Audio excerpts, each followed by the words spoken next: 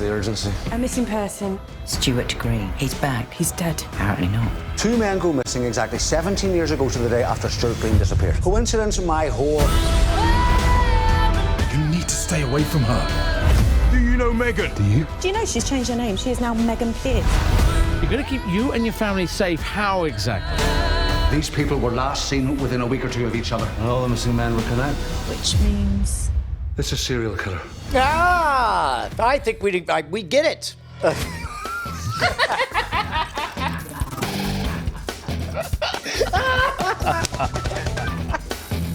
Spoiler. I mean, to be honest, that whole trailer... Oh, sorry, go ahead. Welcome to Cordkillers, the show about watching the stuff you love, when you want, where you want, however you want. I'm Tom Merritt. I'm Brian Brushwood, and I swear to God, I'd be perfectly happy if that whole trailer was like, she's dead. No, she's not. Yes, she is. No, she's not. She changed her name. Good. No, she didn't. Bryce, were we supposed to make heads or tails of what we just saw? No, I showed you the back half of that trailer, which already didn't have much information. So that was a trailer for the upcoming crime drama series Stay Close from thriller author Harlan Coben. For people with mysterious pasts have to confront those pasts when someone connected to all of them disappears. It comes to Netflix December 31st. Heck yeah. I wonder if it's a serial honestly killer. Really intrigued. just from the fast dialogue, you know.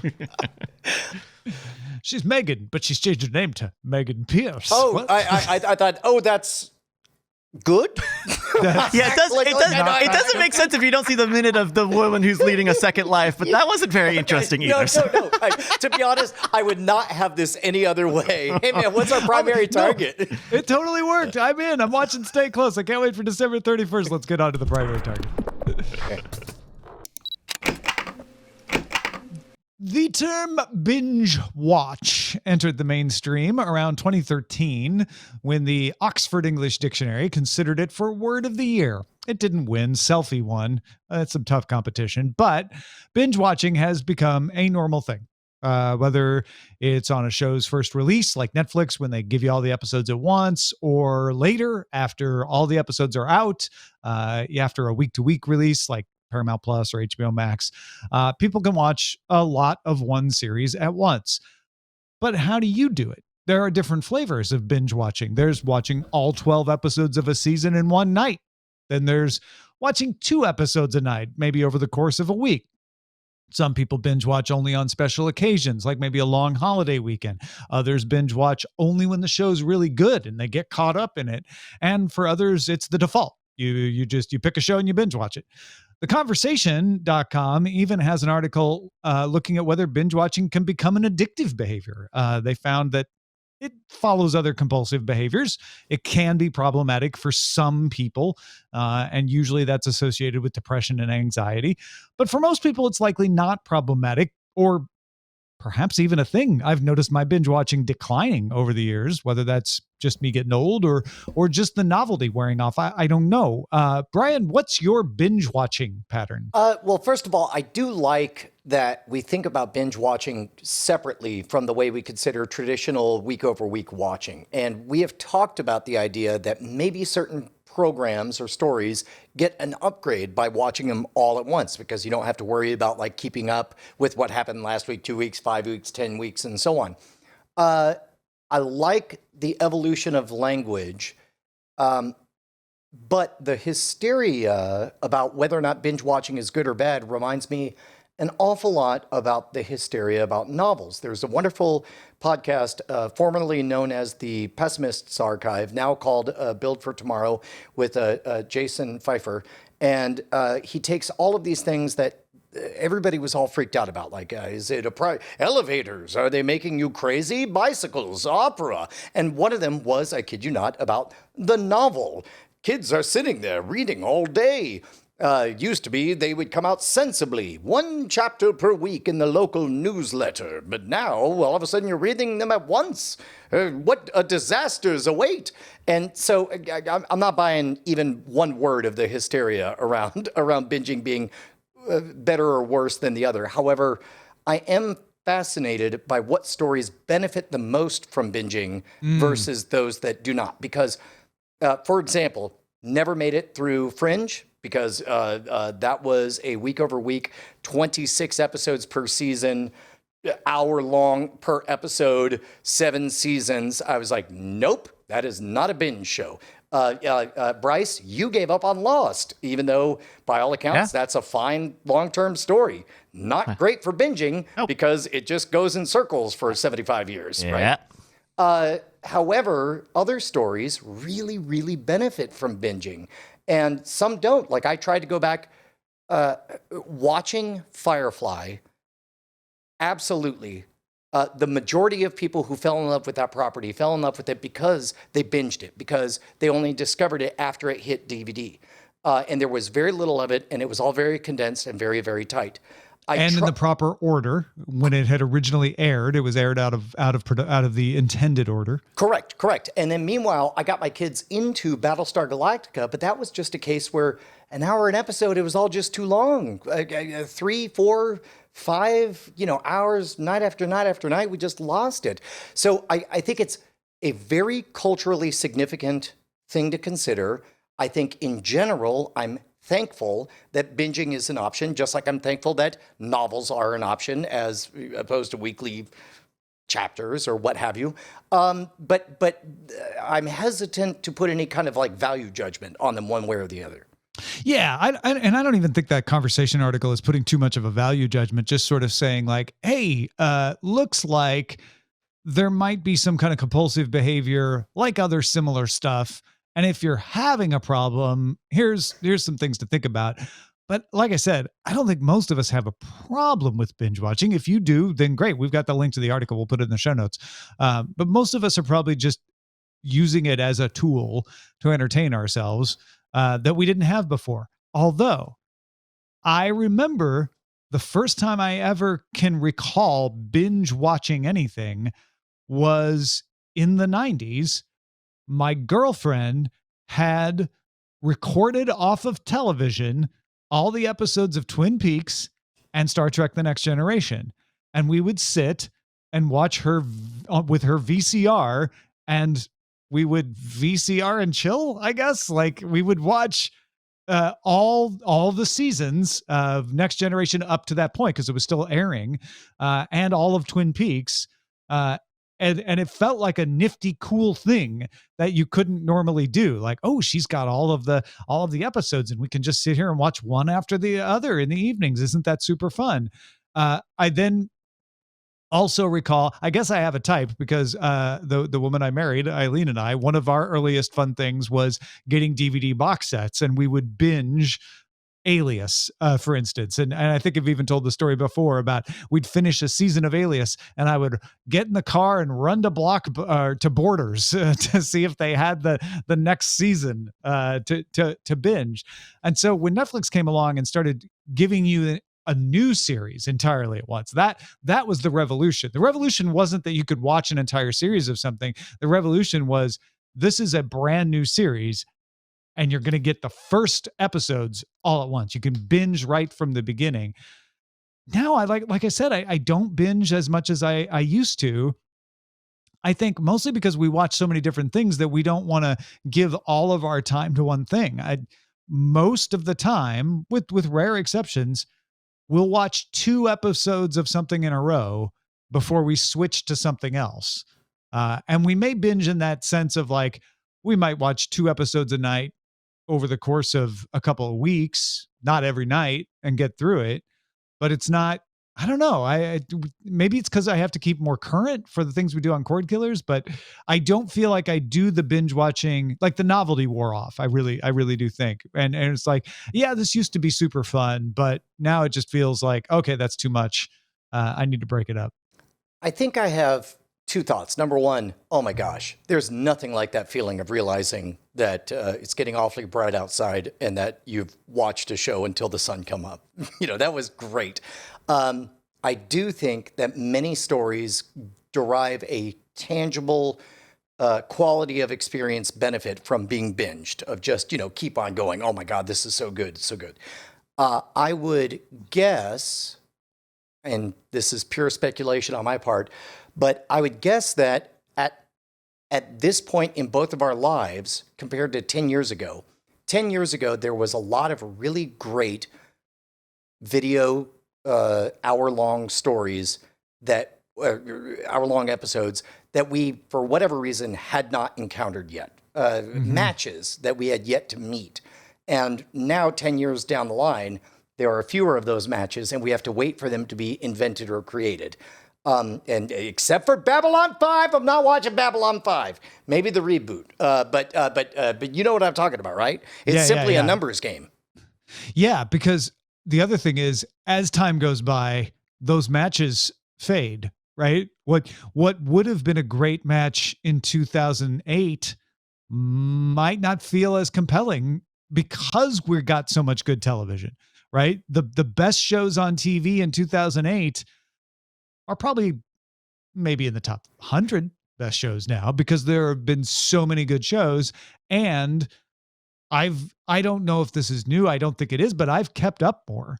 The shows like Succession that I want to watch will binge to catch up, and then we're on the boat, right? And you have to wait like everybody else for them to come in. So I feel like the binging I do now is more catching up with a show that I didn't start out with, but now I know is good. So this is a bias that shows up like on satellite radio. When you listen to a 70s, 80s, 90s station, there's an artificial bias because you're not actually hearing the most popular music from those eras. You are hearing the songs that have withstood the test of time and become kind of canonical to that era. You know, you're hearing your Doobie Brothers in the 70s and go on, so on and so forth.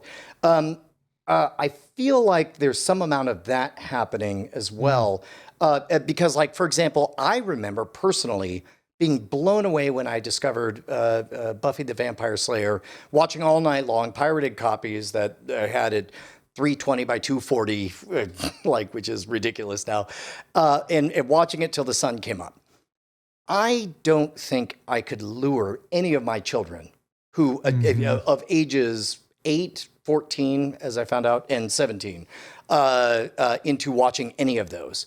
But all three of them have binged, loved, and really gotten into Avatar: The Last Airbender, Korra, or whatever. I feel like some stories are battle-hardened and withstand the test of time. Sounds like better The than Office others. is one of those with your certainly, your family too, right? The Office. Everybody's gone through The Office, and Friends. I think Josie's now making a lap through Friends, but they've gotten distracted by that League of Legends animated show.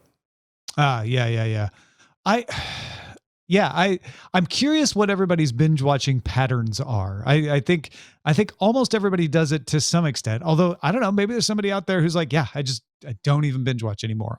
Even when I watch a new show that's entirely been released, I watch one episode a week. And I just pace myself. Even as you're saying that, I feel like you don't believe that the person's out there. I never rule out the possibility that there's somebody out there that does that, right? Cordkillers@gmail.com is what you're saying. Yeah. And listen, folks, we bring these kinds of questions to your attention because you pay us to. Yeah, dude, not to make a big deal about it, but you're our boss. And technically, it's your job to call us in for a yearly review, but we're calling you in for a yearly review. How are we doing? Hit us up at cordkillers@gmail.com and vote with your dollars at patreon.com/cordkillers. Keep us loud, live, and independent, bringing you the information that you need to watch what you want, when you want, whatever dang device you please. Please do. This is the time of the year. Oh, Tom. What's the matter, Brian? Oh, God. What's up? What's going on? Are you okay? I just got a phone call from my doctor. He said, I have a terrible case of the 3 digits. I have only 3 digits where there should be 4. I see. The only cure is 6 people becoming patrons without us losing anyone. Is that what they said? Oh, goodness. I'm sorry. You go on without me. I'll just die here by the side of the road with my 996 bosses instead of the proper over 1,000. We'll get Brian back up off the ground, folks, but it's going to take your help. Please pledge till it helps. If you used to pledge for Patreon and you had to drop off at any point, and now you're back in the position to be able to help us, Brian needs you. We don't want to hear him caterwauling like this either, but only you can stop it. Patreon.com/cordkillers. Now, while Brian moans, the rest of us will try to carry on and tell you how to watch.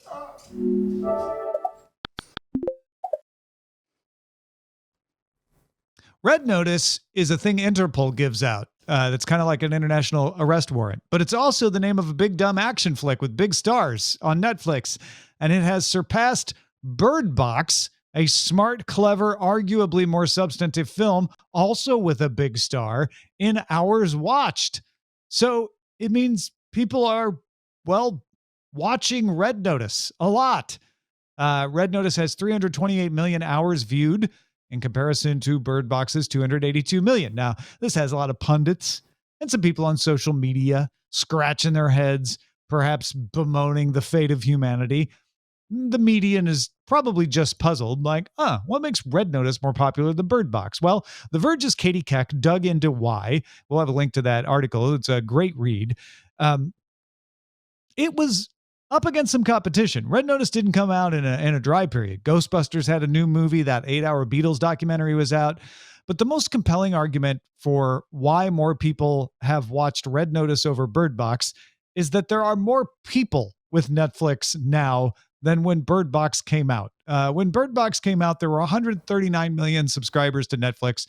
There are now 214 million subscribers to Netflix. So it might be just that Netflix has a bigger pool to draw from. Brian, what do you think? Does that explain it?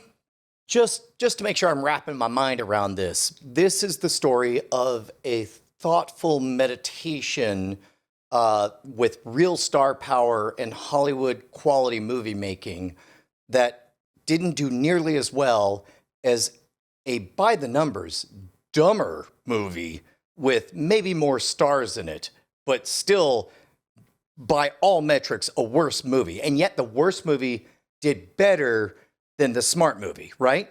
Yes, the smart movie was once the king of Netflix, or queen, and it is no longer by this clearly inferior movie. So glad we're finally talking about this. You have no idea, Tom. It has been 20 years, and I wanted to talk to you about why Armageddon did better at the box office than Deep Impact. Deep Impact was brilliant. It was an existential crisis. The thought and the sacrifice that happened that went into it, the thought of like, how do we keep sanity in a world gone mad? It was brilliant. Armageddon was dumb. It was a dumb spectacle vehicle that was poorly written, that I hated with the white hot power of 1,000 burning suns. That's what we're talking about, right? Brian, no. That's not what we're talking about at all. I think you've missed the point here. We're talking about why Dante's Peak was a clearly superior movie than Volcano. And Volcano did way better at the box office for whatever reason. No. But no one saw Dante's Peak until it came out on VCR. Why is that? Why is it that the clearly superior movie never does as well? Actually, Tom, you know what? We're actually talking about vice versa and like father, like son. One was a Kirk Cameron vehicle that had Dudley Moore in it. The other had, Fred Savage and Judge Reinhold in it. It was clear. Okay, look, this is a tale of the oldest time. We're not trying to say Red Notice is the same movie as Bird Box. Don't get us wrong. And what is different here is that Bird Box was the leader, right? It was the greatest movie on Netflix of all time when it came out. And I think people got lured into the idea of, maybe the Netflix audience is a little more discerning. Maybe it takes a slightly more, it's not the best movie on Netflix necessarily. That's Roma, but by gosh, Bird Box is a decent one if you're going to have the blockbuster. And Red Notice ticks all the boxes on, here's what a big blockbuster, like massively appealing movie looks like. And yeah, I don't think it is shocking. It's like, guess what? It's also its most popular movie ever. So I guess to summarize my point, this is number one, a tale as old as time. For some reason, all of these come out in duplicates. As a matter of fact, even my TV show, Hacking the System, the weirdest, most surreal moment was when I got a phone call from somebody at True saying, yeah, we had this idea for a show about scams and cons and hacking your way on top. We'd like you to be a contributor to it. And we were like, that's really weird because I've been out pitching this exact show. And they said, prank call, and then hung up. In one way, this could be a compliment in that it means that the streaming ecosystem has matured enough that, finally we get to have the same arguments that we had about television and movies and so on. Yeah, it's interesting. If you look at the numbers, if I'm doing the math right, the percentage of subscribers of Red Notice, like hour per subscriber, is still larger than Bird Box's. So I don't think it's just Netflix has more people watching now. It's that thing you said where it's like, oh yeah, sometimes Volcano and Armageddon just bring more people into the seats, whether those seats are their couch or the movie theater, than the more sophisticated take. Those are A to B comparisons because they're the same kind of movie, the same kind of plot. But in Bird Box's case, Bird Box also came along when it was like, ooh, Netflix can do really good movies too. I remember when Bird Box came out, people were talking about the fact that Netflix had put out a kind of a major motion picture kind of movie, not just a specialty movie. And Red Notice is that times 10, right? Right. And which was the one that was on Netflix? Was it Bewitched or I Dream of Jeannie? Sorry, I mean the Munsters or the Addams Family. Sorry, well, again, Bird Box and Red Notice aren't the same. No, plot, but yes, no, but look, I'm going to keep running with this. I'm sorry. Anyway, I don't know. What do you think? Are we missing something, or is it just sometimes people like big dumb action movies? Nothing wrong with that. There's no. Whether you like it or not, there's no disputing the fact that star power really matters. And I think that there's massive star power with Red Notice, and that's kind of the alpha and the omega of the whole thing. Yeah. Oh, and Cliff Singer points out we're still in a pandemic watch mode. That could be a little multiplier effect. Maybe not the cause, but that could put a 0.8x on there, give a little boost to Red Notice that it might not have got otherwise. That's a good point. So yeah, there's probably multiple factors there. Yep. Cordkillers@gmail.com if you have got the answer. or at least an opinion. Let's move on to what to watch and Under Surveillance. Not like real estate. It's all about location. Under surveillance. There's a trailer out for Spider-Man Across the Spider-Verse, the sequel to the animated Into the Spider-Verse movie. They've added a part 1 to the title, so they better make part 2. Am I right, Dune fans? Wait, Dune fans should be happy because they're definitely making part 2. Like, who's Also upset? Anyway, the trailer is mostly what appears to be the opening scene, as it pretty much picks up from the end of the last movie with Miles Morales in his room at his aunt's house. And Spider-Gwen in the trailer drops in from the multiverse. Also, side note, how are we feeling about the voice of Kate Bishop, Haley Steinfeld, also being Spider-Gwen? Like, she was always that voice, right? She was the Spider-Gwen first. Yeah, right. Yeah. Right. I like her much, much better in spider form. Yeah. That's something people don't say very often. She's double Marvel canon. No, yes. It's kind of fun. Anyway, there's also a tease at some varying animation styles, that this movie might have multiple animation styles as they move into different universe. There's definitely a look at Spider-Man 2099, who was voiced by Oscar Isaac, though we don't actually hear the voice in the trailer. Spider-Man Across the Spider-Verse arriving October 7th, 2022. Yeah, I watched it because I love this property. I love the first movie so very, very much. It's one of the few movies I saw twice in the theater. It's a blast. It was a little bit like watching a sunset where you shouldn't stare directly at the sun, but you can't help yourself, So you start to notice things that you see in trailers, like very clearly it's an adversarial relationship between Spider-Man 2099 and Miles Morales. And that's going to be what I assume is the primary conflict between the two. And I try really hard not to think too hard about movies before I go into them. And I got tricked into thinking What do you think about the multiple styles? I can't tell if that's just a splashy fun thing, or will we spend time in each one of these? That would be a very good shorthand, and that would be consistent with the first movie, because remember that the end tag after the credits was he goes back to Spider-Man 66 or whatever, and then they're both in that art style. So they wouldn't be breaking any rules. Yeah. Yeah. The new trailer for The Matrix Resurrections shows a series of split screen comparisons of the first movie with the new one, while we hear Carrie-Anne Moss's voiceover from the original talking about deja vu, meaning that something has changed. There's a glitch in the Matrix. One intriguing pairing there is Agent Smith with the original Agent Smith with Yahoo Abdul Mateen, who is Morpheus in the new one. That's not usually the pairing I would think of. Also, the new Agent Smith, Jonathan Goff, is matched with Keanu Reeves. Neo, thank you. When both of them have their mouths sealed shut. There's also a very unkempt Merovingian in there. There's a scene of what appears to be the machines fighting other machines instead of fighting humans. And there's a scene of the new Trinity split with Neo putting on his sunglasses and the new Trinity putting on sunglasses. All of this kind of saying like, hey, we're going to hit some beats from the original, but things have changed. So when I watched this, it felt to me like a pitch that sort of spoke between the lines asking, would you be cool if just, we kept on doing Matrix stuff and they're all the same characters, but they kept on having different avatars forever and ever and ever and ever, and stuff got more and more interesting and weird in the Matrix? And the answer is yes.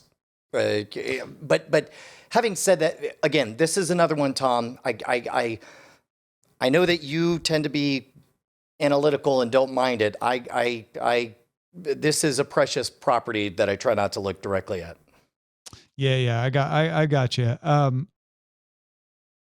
I'm trying not to overinterpret this. I actually like that you're kind of down cycling it of like, hey, it's just a pitch of like, hey, do you like the Matrix? Would you like more Matrix?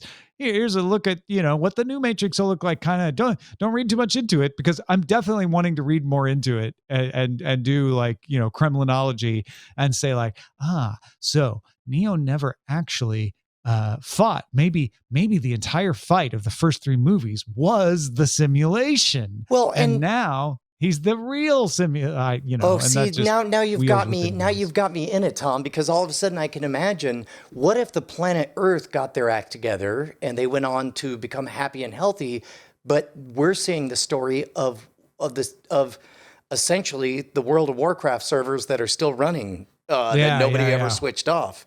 There's all kinds of interesting ways it could go. What are you doing to me, Tom? Don't. Sorry. You're making me look at the sun. Well, we don't have much longer. It'll be out fairly soon.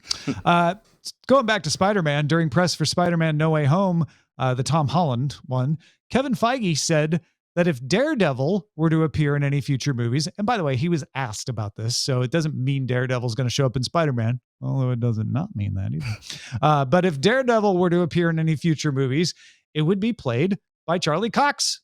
Charlie Cox played Matt Murdock, aka Daredevil, in the Netflix series. Feige said that Charlie Cox would play any future occurrences of Daredevil, and said where we see that, how we see that, when we see that remains to be seen. Now I will engage in this Kremlinology, this Marvelology. Kevin Feige was the one was present when they inked the deal to allow Netflix to cast this version of Daredevil. Right. In general, it seems like he is well pleased with how it turned out. So essentially all he's saying is, I was very pleased with how Daredevil turned out, and I would expect if you ever see a Daredevil again, it will be this one. Yeah. I don't know enough to say whether it's Kevin Feige very cleverly saying, we have a contract with Charlie Cox. Oh, shoot. I didn't even think about that. Wow. Ever put Matt Murdock in a movie, by golly, it'll be Charlie Cox. I don't know. I kind of get the feeling that there's a that I know that I know with that reporter too. Like maybe there's a Daredevil appearance in Spider-Man No Way Home, and Feige can't, he wouldn't want to confirm that. So he says, where we see that, how we see that, when we see that remains to be seen, because nobody's seen Spider-Man No Way Home yet. Man, that would be, I would be bummed if that turned out to be the case, because, yeah. No. I mean, I'll be thrilled to see him. I'll be sad that I'm looking at the sun. I don't want to look at the sun. It's bad for the eyes. To me, it's just, he could show up in Spider-Man No Way Home and I'll be like, this is teasing a future inclusion of him in a more substantive way. I mean, also given the fact that the Netflix MCU stuff seems to be in a separate reality from everything else, although they do reference the events of Avengers in... Yeah, they sort of very obliquely talk about like all that stuff that happened in New York. The green guy and so on. Yeah. Man, that's interesting. If there was ever a movie that was all that one you would have way an too. excuse- What's that? That was all one way. It was like the Netflix stuff reference. It was not like the Avengers were talking about Daredevil. Correct. But I guess what I'm saying is if there's ever a single movie where, anything goes and anyone could show up, it would be this movie that is being marketed as anything goes and anyone can show up. There are multiple villains from multiple universes show up. Right. I wonder if that'll be it. Right. Yeah, for sure. Hey, you remember Netflix's one-off episode Death to 2020 last year? I do. It was like a funny riff on how awful 2020 was. Yeah. Well, there's a teaser for Death to 2021 coming December 27th. It's going to star Hugh Grant, Lucy Liu, Tracy Ullman, Samson Kao, Joe Keery, William Jackson Harper, Stockard Channing, Kristen Milioti, Diane Morgan, Nick Mohammed, and more. The trailer is Diane Morgan joking around about Zoom dating. Tom, I'll hold nothing back. I hate everything about this idea. Oh, wow. Okay. Why? Death to 2020 was a cathartic and almost juvenile FU to the world for a genuinely terrible thing that happened to all of us. Institutionalizing it as an annual misery fest where just every year, that's what we're going to do is I am so over worst year ever. I am so over worst president ever. I'm so over worst governor ever. I'm so over all of it. I hate the idea, and I don't intend to watch it. I will watch it. I will watch it part with one foot in your universe of like, okay, 2021, definitely not like solving all the problems of 2020. I bet there's some fun stuff to poke fun at. What if next year it's thank you 2022 because we finally got out of all this stuff and it starts to become just a fun look back at the year. There's only one way that happens, and if it's a live event hosted by Barack Obama. I will watch that. Thank you 2022. Starring Barack Obama. Yeah. I will watch Death to 2021. I will not watch Death to 2022. I will not be. I've got one more in me because I'm like, 2020 kind of bled into 21. So there might be some funny stuff in here. Let's take a look. But if it becomes a yearly, like worst year ever kind of thing, I guess if it's really funny, maybe I'll get dragged in. But yeah, I'm with you. Like, I don't want it to always be like worst year ever. It's the most cliche, dour 14-year-old. My daughter's 14. I found out thing, and I don't want to celebrate it. Yeah, I'm with you. Although I can celebrate it one last time, just for this year. That's my thing. Proving it means it when it says it wants to have the widest variety of programming available. Netflix is turning a viral tweet into a series. If you're unfamiliar, in 2016, the Thanksgiving tweet was a real thing where someone's grandma accidentally texted a Thanksgiving invitation to the wrong person. And then she invited him anyway, and he showed up, and they tweeted screenshots of the whole conversation. The grandma's name is Wanda Dench. Apparently still has Jamal Hinton over for Thanksgiving every year. They're friends.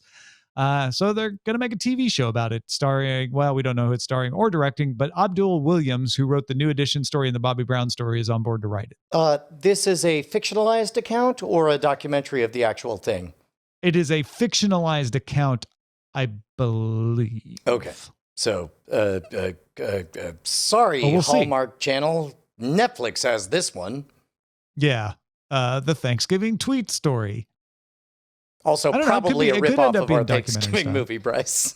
Actually, I don't know. Bryce, do you know if the Bobby Brown story and the New Edition story, were they both, you don't happen to know whether they were both documentary style, do you? Which ones? Bobby Brown story and the New Edition story. I don't know those. But the wording on this makes it sound like this will be fictional, drawing inspiration from viral online content. Yeah. I figured that was the case. So. Yeah, I don't know about the other ones. All right. Well, hey, tweets. Tweet something funny in your life, and you won't have a Netflix show because it's only happening. Tweet something unfunny, and you will regret it forever. Exactly. hell of a stakes on that. Never be able to read. Let's get on to what we've been watching in the Eyes On section. And Brian and I both talking about the same thing, the Disney Plus 3-part documentary Get Back, where Peter Jackson of Lord of the Rings fame got permission from all 4 estates.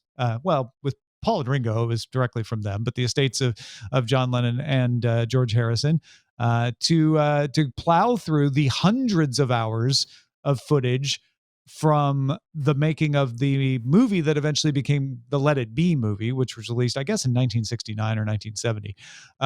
This is an 8-hour adventure cut to show a lot more of what actually happened when those cameras were rolling over that several-week period in January 1969. Dude, the upscaling is amazing. The sound is incredible. It really does feel like you're right there. If you have a 4K TV, I'm sure it looks even better or whatever. I watched the first 2.5 hours of this with rapt attention. And I started the second 2.5 hours.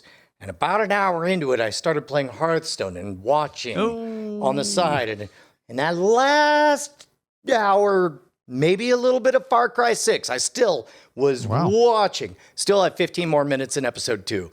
But I followed it along. I can't stop watching it. It's so real. Yeah, Eileen and I started watching it, I guess, Friday night, and we finished it Saturday night. We definitely got sucked in. Do they get back together at the end? Spoiler, they do. It's an alternate universe. No, I definitely noticed what you're talking about, though. That first episode, I mean, is it spoilery to talk about things that actually happened? No, we get to talk about all of it. That's as much of a warning as I'm going to give you. I mean, Paul and George have a knockdown, drag out fight. You see Paul McCartney literally create the song Get Back while George yawns. You see John Lennon's being really weird with Yoko sitting right next to him.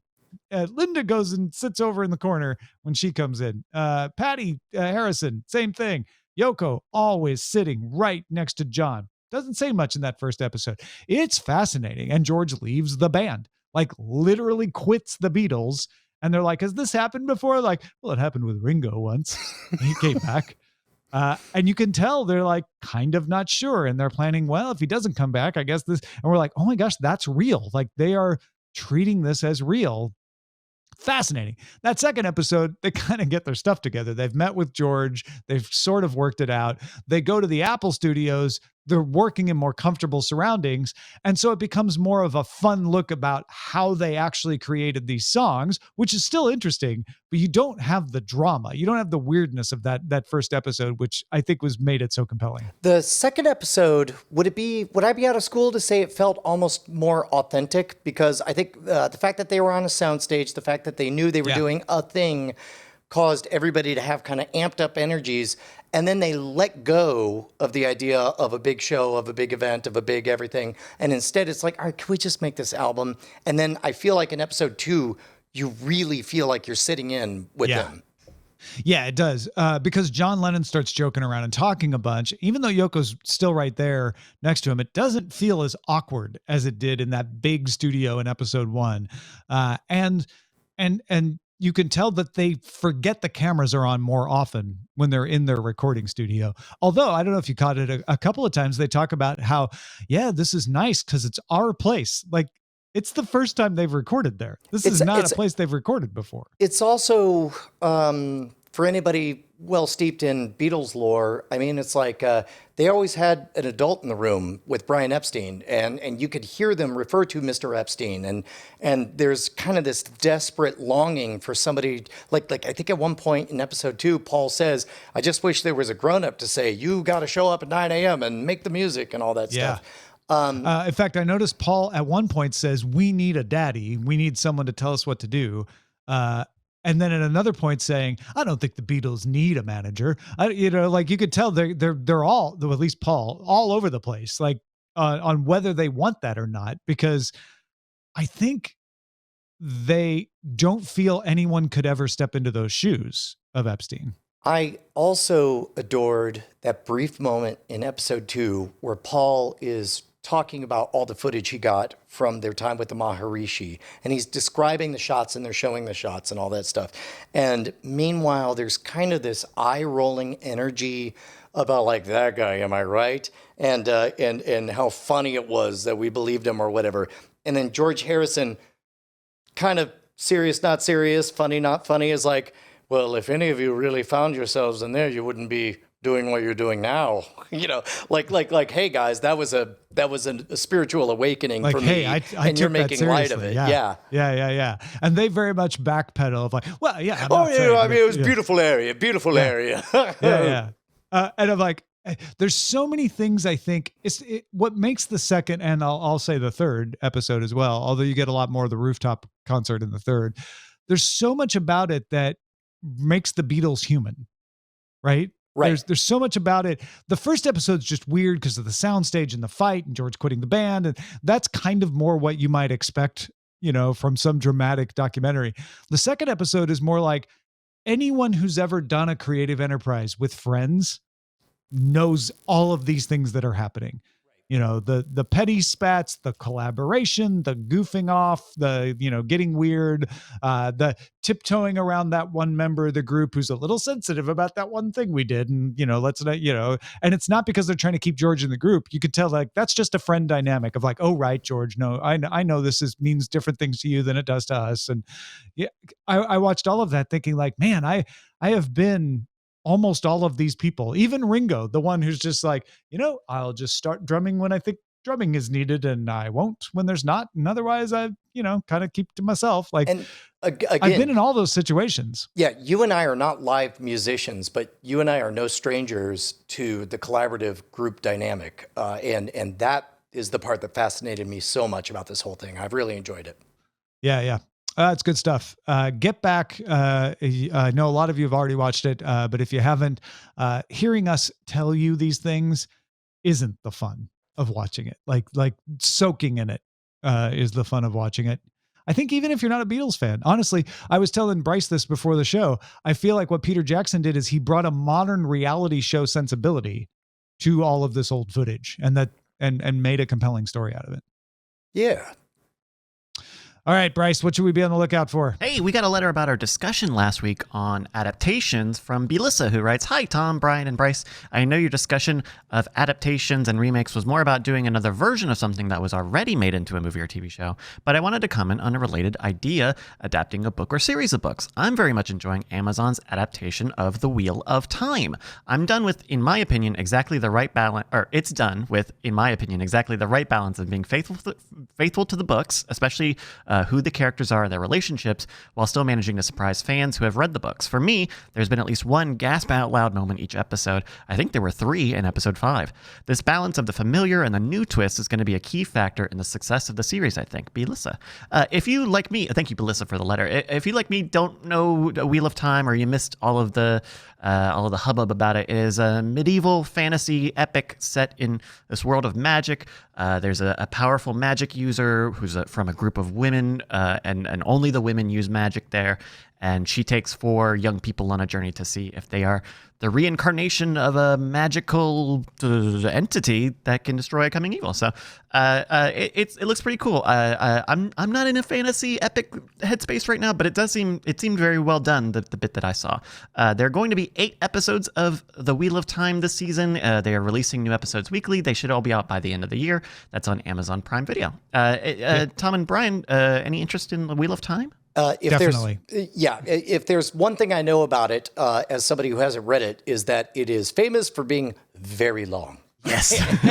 And there was this great moment because Bonnie is in the middle of reading all of the books on audiobook. And so I walked into... There's like 20 books, right? There's a ton of books. There's a lot of them. So I walked in and I hear, I know she's been listening to it and I know she's getting near the end. And I walk in and I just hear her iPhone go, epilogue. And I go, oh, and she goes, you wish. So I am not familiar. I have not read, but it's been fun to watch somebody else read it. Yeah, we read the first book for Sword and Laser years and years ago when Robert Jordan was still alive. And famously, Robert Jordan did not live to finish the series, but Brandon Sanderson was, with Robert Jordan's cooperation, engaged to write the final book, which only came out a few years ago. So this is a beloved series. I absolutely intend to dive in. I just haven't gotten it fit into the schedule yet. But I've been hearing nothing but good things from the people who adore this series. So I will vouch on Bonnie's behalf that she really enjoyed hearing Brandon Sanderson's voice come out in the last books. She's a big fan. Nice. And like I said, these are coming out every week on Amazon Prime Video, but I believe they're all supposed to be done right about Christmas time. So if you're looking for something to binge over the holidays, that might be something to look out for. If you've got something we should be on the lookout for, email it to us, please, cordkillers@gmail.com. Thank you. This Friday was the triumphant return, Brian. The triumphant return? Who came home? I did, to my newsletter that I hadn't done in 2 weeks. I didn't know you were gone. Were you held in prison? Because I went to freetomnewsletter.com. I was afraid that you'd been put in prison. Exactly. Thank you for going. It freed me to write a new version of Free Tom Newsletter at freetomnewsletter.com. No, this is great. I'm really getting in the groove. I've got some great responses from people out there, and it's a chance for me to tell you a little something about what's on my mind. I've been doing a little more of that, a little more writing about what's on my mind. This week, it's all about the great guest episodes that I had. I appeared on Allison Sheridan's Chit Chat Across the Pond. I appeared on Andrew Heaton's Alienating the Audience, and more. So, go check it out. It's a little bit of my thoughts, a little bit of what I've been up to, all at freetomnewsletter.com. And of course, this is the time of year we want to remind you, if you're about to get a new computer, get it from doghousesystems.com/rogue. Use promo code ROGUE at checkout. You get some extra stuff. You'll be getting us out of Hawk with our friends over at Doghouse Systems. Let's move on to the front lines. Front lines. Fox started a cable channel and called it FX. FX used to just be called FX. Then it became FX and FXX. Then it became FX, FXX, and after Disney bought it, FX on Hulu.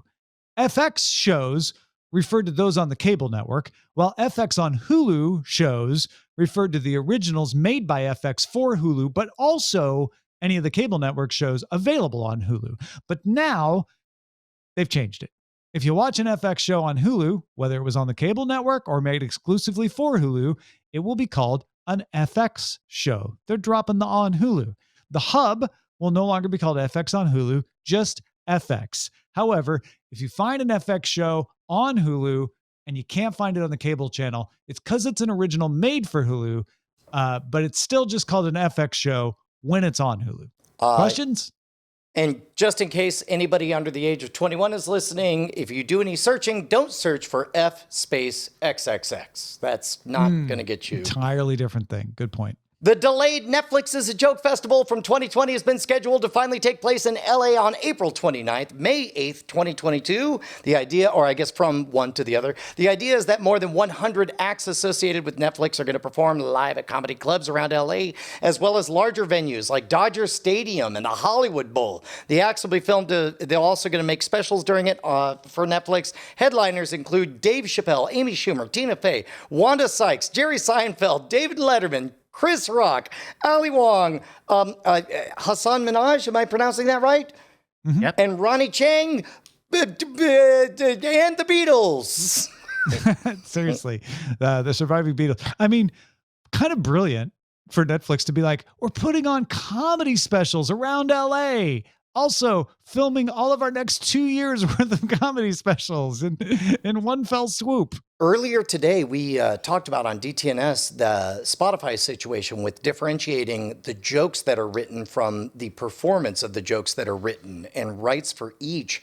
I feel like this is going to play into that, and whether or not all of a sudden people are going to say like, oh, no, Netflix, you have the rights to that performance, but I'm going to need double royalties for the jokes.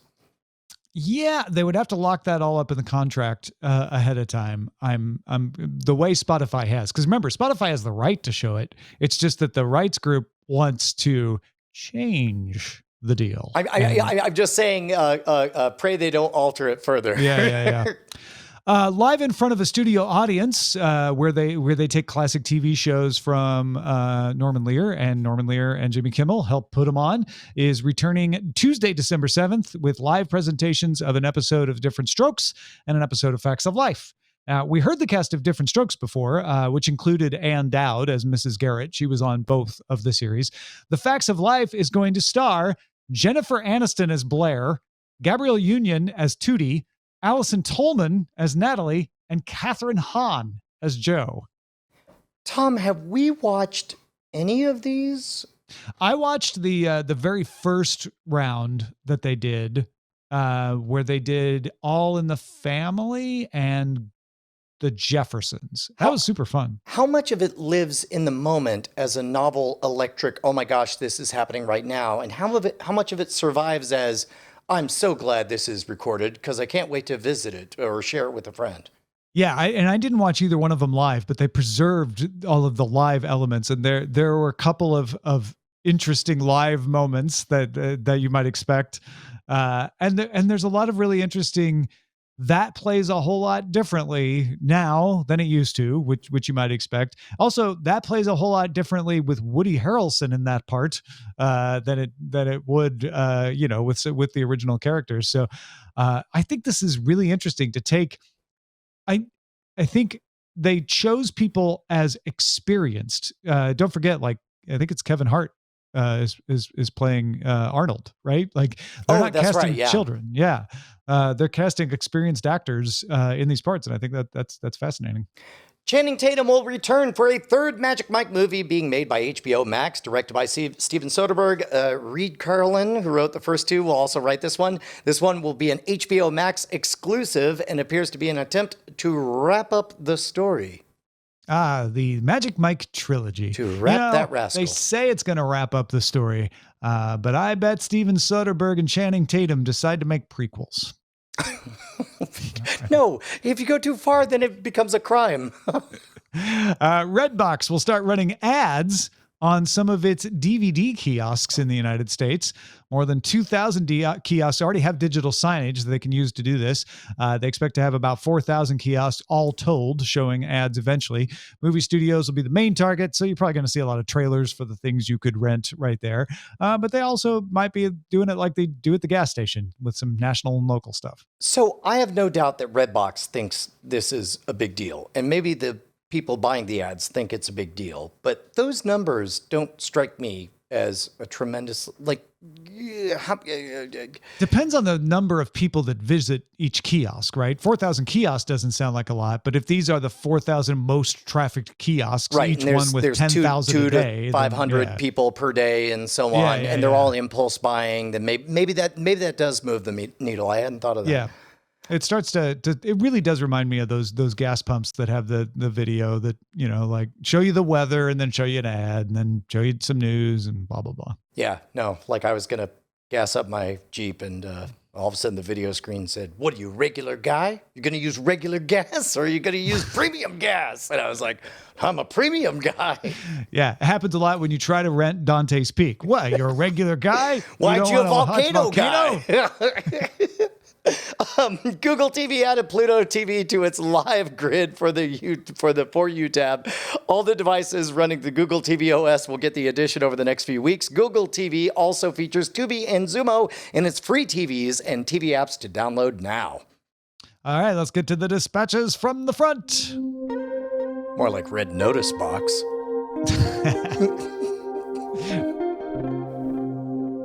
It's kind of the one thing it can't email. Got an email from Andrew. Your patron. Is this even the name for someone who supports you on Patreon? Yes, it is. Patron. Thank you, Andrew.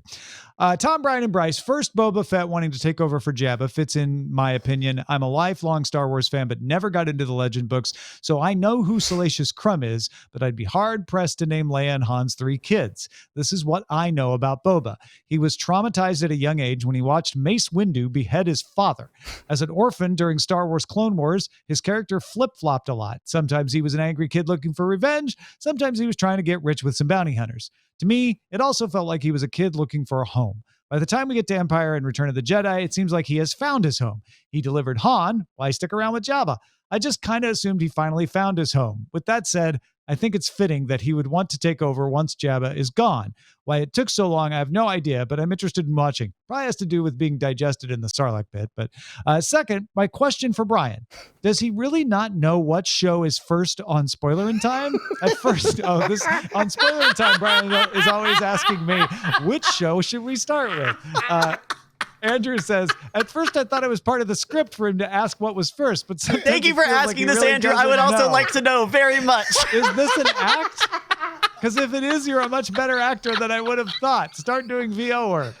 Okay, two things. First of all, I put this in here because I really appreciate that you never know what you can't see from your perspective. And I'm somebody who loved all the Expanded Universe books. And of course, Boba Fett is portrayed differently in the books than in what is quote unquote canon. I never watched Clone Wars. So as a result, I thought it was really interesting that what to me sounded ridiculous, the idea that Boba Fett is a galaxy-trotting bounty hunter who wanted to become the mayor of, Katy, Texas, seemed weird, but to him, it seems like it made sense. I thought that was cool. And spoiler alert, every time during the break, I go to the bathroom, so I literally don't know what order you guys set stuff up in. Yes, it's in the doc, I understand. I also don't look at the doc because I've done the real work, which is thinking about all my hot takes about what I'm going to say. Sure, but you have the doc. Hi, Tom, Brian, Bryce guests. We got a good review. I don't think we have time for it. No, you know what? What I will say about Josh. Josh, thank you. Josh wrote a great roundup of his experience with the Fire TV, the NVIDIA Shield, Roku, LG WebOS, Google TV, Xbox, PS5, and Apple TV. It's we'll put the whole thing in the show notes, but the Apple TV is Josh's recommendation. Even though he's tried all of those, it's probably the priciest streaming box, and you get what you pay for. Apps are clean and uniform, very few bugs in the system, multitasking where you can actually have multiple apps open and switch between them. Yes, some apps, I'm looking at you, Peacock, don't use Apple's standard video player, but all of them use the scrubber and the forward and back on the remote. Siri can search across apps as well. If someone asked me today, I would say folks should go for the Apple TV and then the Roku, unless they have built-in TV apps. That would be third. But otherwise, I wouldn't recommend it. That sounds accurate in my experience. My very, very limited experience with the Apple TV is that it's got more horsepower than I've ever experienced on any version of the Roku. I'm with Josh. If your TV has apps built in and you don't want to spend any more money, use them. They're perfectly serviceable, as he says in his reviews that he sent us. The Roku is the budget pick of it's really good. And the Apple TV is if you don't mind spending, a little extra money, you're going to get a little what you pay for. I'm totally with you on that, Josh. Good stuff. Yeah. Well, that is it for us. Our website is cordkillers.com. Our email address is cordkillers@gmail.com. We are live on twitch.tv/Night Attack, which is also carried on diamondclub.tv Mondays at 7 p.m. Eastern, 4 p.m. Pacific. We'll talk to you next time. Hey, Tom Merritt, what's going on? I'm just hanging out here watching this scroll go by. What are you doing? Trying to set up a bit where we thank our beautiful, beautiful patrons, all these wonderful names. I'm sorry, I'm too distracted looking at these beautiful, beautiful patron names going by. Look at that one. I mean, if you wanted to be one of these people, patreon.com/cordkillers would be the place to go. I mean, they're scratching our itch, because we're addicted. As long as it's consensual, we're addicted to their money. And love. Might as well face it. Well, God damn it. Diamond Club hopes you have enjoyed this program.